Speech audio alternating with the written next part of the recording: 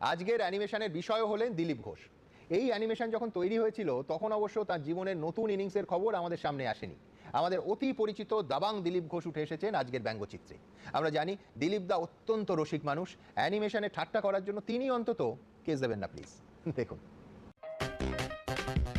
Case দেবেন না please.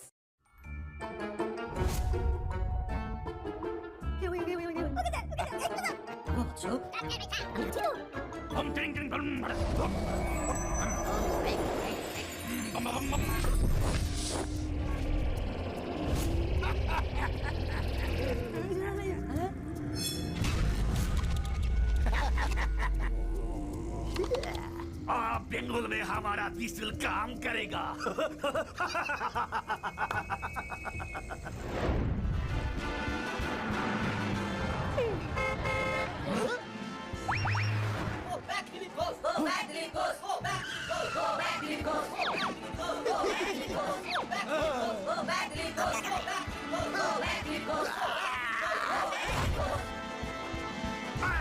কুত্তা ঘেউ ঘেউ করছে, বাড়িতে ঢুকে মারবো, বাড়ি থেকে টেনে এনে চৌরাস্তায় মারবো।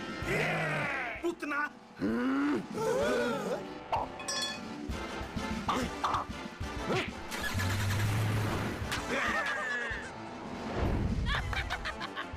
Yes.